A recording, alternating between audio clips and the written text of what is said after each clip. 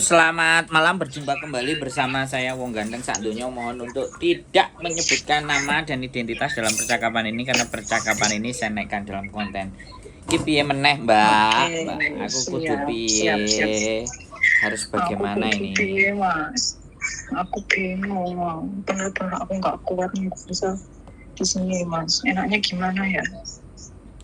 Kemarin itu sempat bojoku udah masukin dokumen ke imigrasi, tapi belum ada balasan soalnya kan baru aja masukin dokumen kan, paling tidak kan 1 minggu, sekitar 2 minggu kemudian kan kurang lebih kan baru dapat balasan. Nah sampai sekarang ya aku sih nggak masalah, cuman bojoku tuh takutnya kalau aku pulang Indo itu lama bisanya turun gitu loh, Mas. Gimana, Mas? Oke ya, berarti ini nikahnya sudah, masuk dokumennya sudah, terus gak betah di majikan, pingin pulang. Ya sudah, pulang aja. Ya, tapi ada tanda tangan nggak sih masa adanya aku pulang Indonesia gitu? Cinta di SMS sama jenengan tadi itu, Mas Andro. Gini ya, Mbak. Kalau kita udah bicaranya imigrasi itu sebenarnya sudah di luar ranah saya. Saya hanya bicara pengalaman. Saya nggak bisa bicara pengalaman saya ini nanti bisa diterapkan dalam konteks visane sampean apa enggak. Tapi bagi saya ya selama sampean sudah masuk terus sampean break sampean pulang itu menurutku sih aman. Oh iya. Nah, daripada sampai nanti di Makau terus riwa-riwi keluar masuk ya sampai tinggal sabar aja nunggu di Indonesia sampai visanya turun. Nah, setelah sampai memasukkan dokumen 2 minggu imigrasi akan mengirim surat ke tempat bojone sampean. Apa yang kurang, apa yang nggak pas, apa yang nggak benar, nah itu sampean harus melengkapi. Berarti intinya dokumenku nggak usah aku balik, pokoknya ditaruh di Hongkong aja. Suatu waktu imigrasi membutuhkan itu nggak usah riwa-riwi. Itu kan ibaratnya yang kemarin pas surat nikah itu kan ditinggalkan di Hongkong aja ya, Mas. Tinggal aku aja yang pulang Indonesia gitu aja ya. Sampean dengerin aku ngomong dulu. Ya, sampean ini kan mau dengerin aku ngomong kan? Apa sampean mau ngomongi aku? Nek sampean ngomongi aku yang akan yang akan diem dengerin. Gitu loh. Tapi kalau aku jelasin sampean dengerin dulu sampai habis. Baru nanti tak kasih sampean ngomong, ya. Oke? Boleh saya mulai ngomong. Biar sampean itu punya pandangan gitu loh. Jadi gak buwe kong karepe dhewe. Jadi gini, Mbak. Ya, sekali lagi. Setelah nanti masuk dalam 2 minggu ada yang kurang, dia pasti akan ngasih info ke sampean. Ya. Dia akan ngasih info yang kurang apa, seperti apa dan bagaimana. Itu pastinya ya kan. Nah, sampean nggak perlu khawatir dan nggak perlu bingung dan nggak perlu bimbang ya terhadap kekurangannya. Ya, dokumen-dokumen apa ya sampean tinggal. Soalnya bojo sampean kan belum tentu bisa baca kalau tidak tertranslate semua dokumen itu, yang mana. Dia harus sampean briefing kalau sampean tinggal. Nah, dan biasanya nanti kalau ada yang kurang dia akan ngomong sama sampean. Dan anak-anak teman-teman mohon maaf ya, sorry to say, sekali lagi aku ngomong, kalau ada yang kurang mereka itu pasti ngirim surat kekurangannya itu ke saya. Bojonya ngasih ke istrinya itu masih ngirim ke saya. Kalau dia kenal saya tuh ya. Iki sing kurang apa Mas? Mesti kayak gitu. Saya sangat yakin. Dan kekurangan itu bisa ditutupi, bisa dicarikan gitu loh. Karena memang dari awal sudah ngobrol sama saya, ya pastinya saya akan berusaha membantu dan ABCD. Tapi kadang kemarin ada beberapa teman-teman yang nikah saya nggak dikasih tahu dia kena masalah di imigrasi gara-gara dia cuma tanya tabungannya itu 19.000 kalau nggak 18.000. Bukan tabungannya, gajinya. Terus dia tanya apakah gaji ini cukup untuk dipakai. Saya bilang kalau sampean nggak ngerti kondisi dan keuangannya suami sampean dan nggak ada uang ngendon selama 6 bulan di atas 50.000 berat. Terus gimana ini Mas? Yo makanya nek milih bojo sing bener. Karena aku proses kenal dan semuanya kan nggak ngerti, tapi ketika mau menuju proses nikah saya selalu bilang nggak semua orang Hongkong itu bisa menjadi guarantor,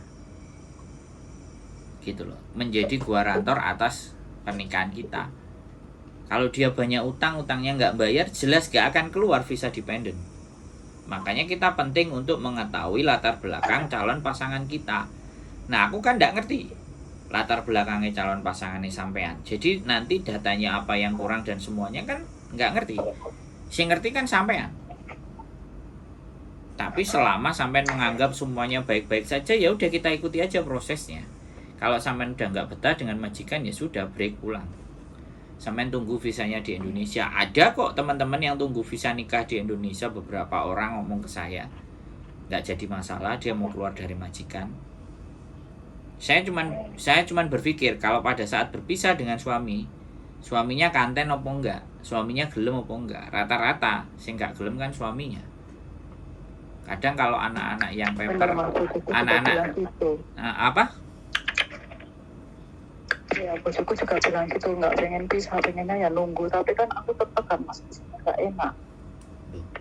Loh lah iya, makanya kan aku bilang solusinya kan kon ngejeng bojone sampean di awal.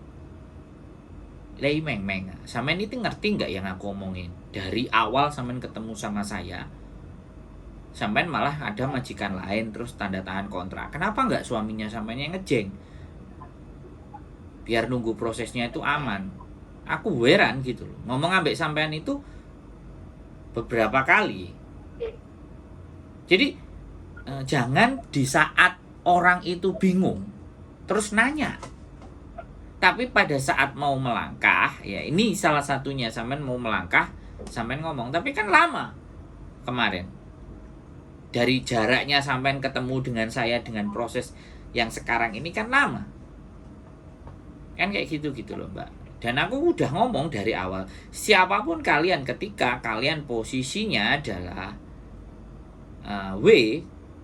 sebaiknya ya kan, kalau menikah ya sudah pastikan calon suaminya kalau nggak mau pergi dan wis gak betah dengan majikan, kon ngejeng. Tapi kalau memang gak bisa ya sudah, mau panfa, pastikan benar-benar calon suaminya itu benar-benar bisa nerima sampean pada saat pulang ke Indonesia. Itu loh yang harus dipahamkan. Wes, saiki sampean mau ngomong apa? Ya paham Mas Andro, paham. Nah, jadi kalau sampean udah nggak betah sambatan karo majikan iki, pulang. Wes. Ya. Kalau sampean mau keluar ke Makau ya boleh, tapi Makau pun juga biaya. Kosnya, makannya. Tapi kalau di rumah sampean Indonesia kan ya wis pulang. Enak. Gak usah keluar dana, kecuali sampean pingin tulin-tulin dewe kan itu beda. Tapi rumah kan nggak nyewa semuanya. Iya.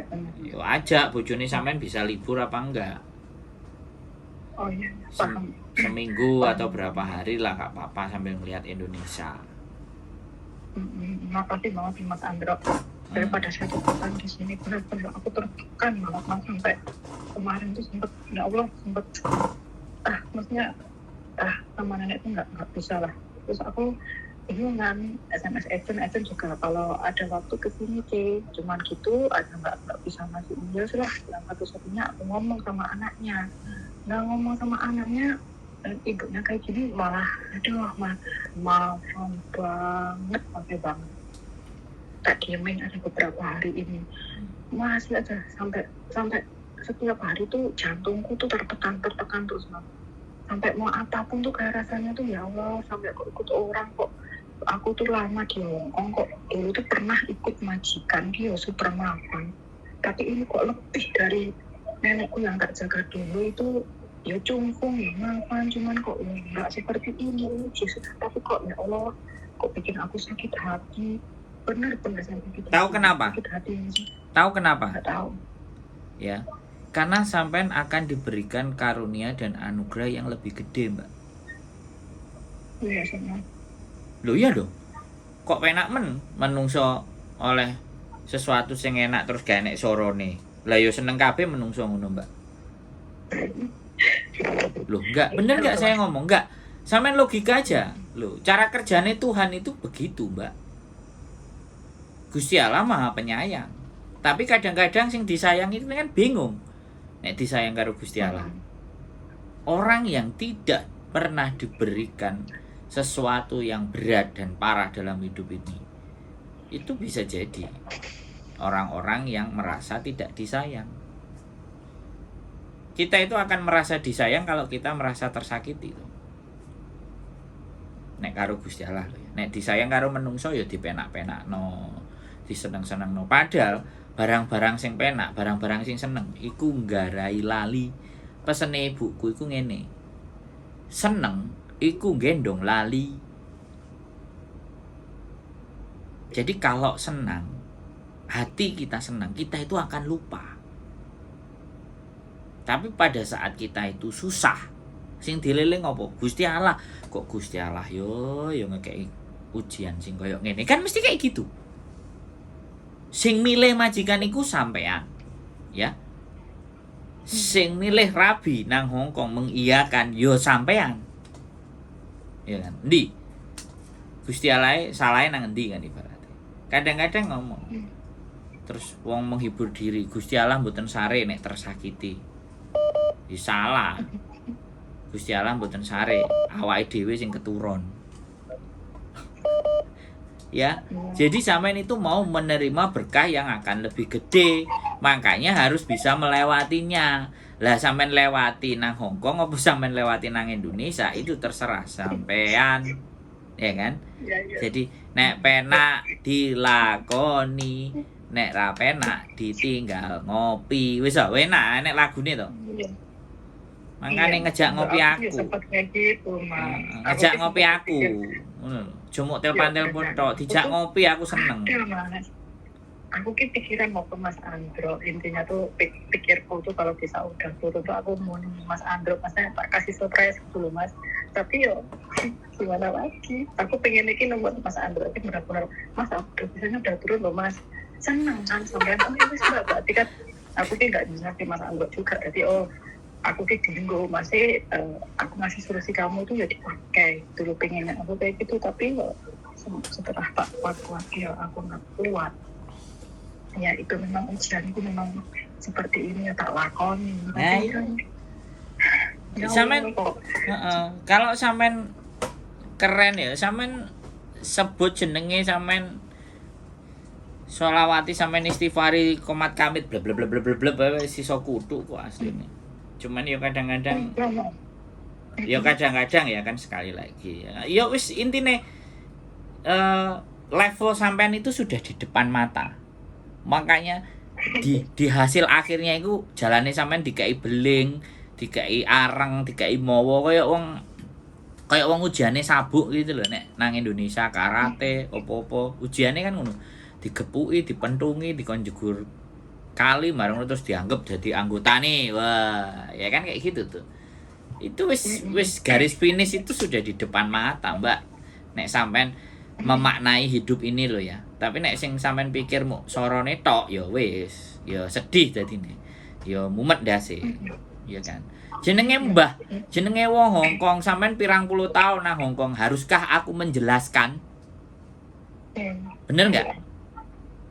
Sampean luwih suwe timbang aku nang Hongkong, Mbak. Lumuten lah sampean nang Hongkong.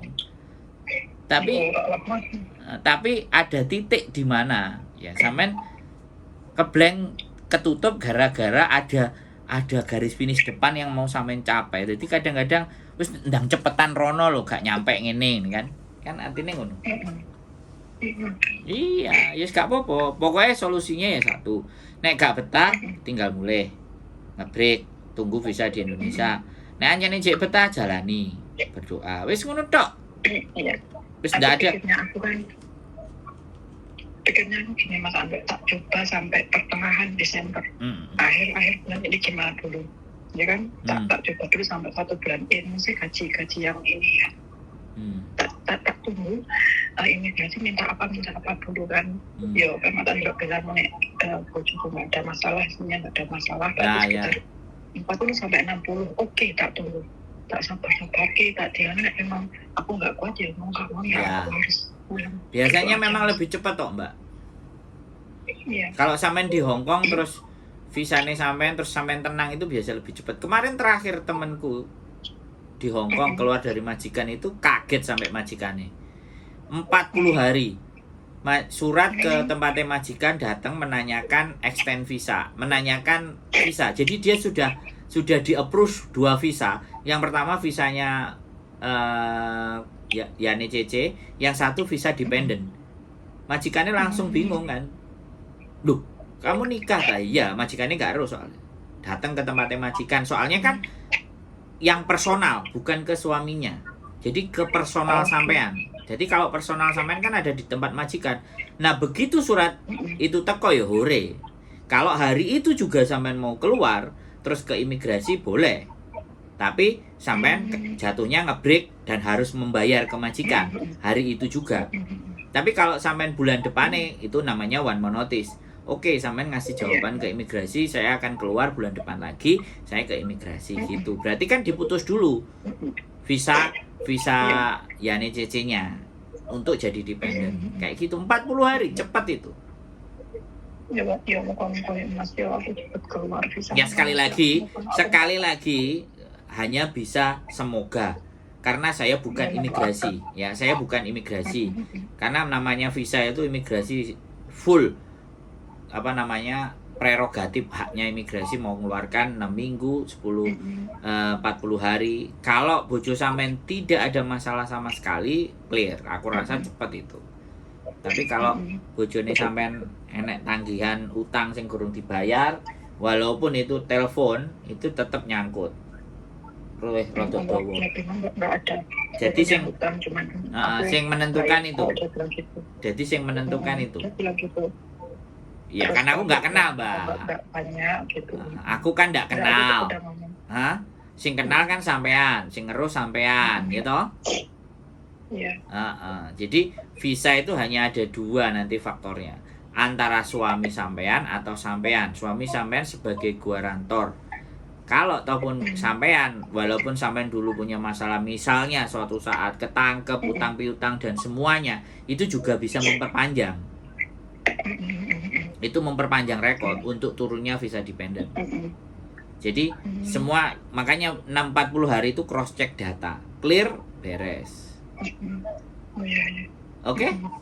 Wes aman? Makasih banyak, aman. Ya wes, sehat selalu ya buat sampean, gak usah bingung, gak usah mumendase ya. Yo wis ngene iki. Makasih Mas Andre. Muntup ya ngene iki. Yo.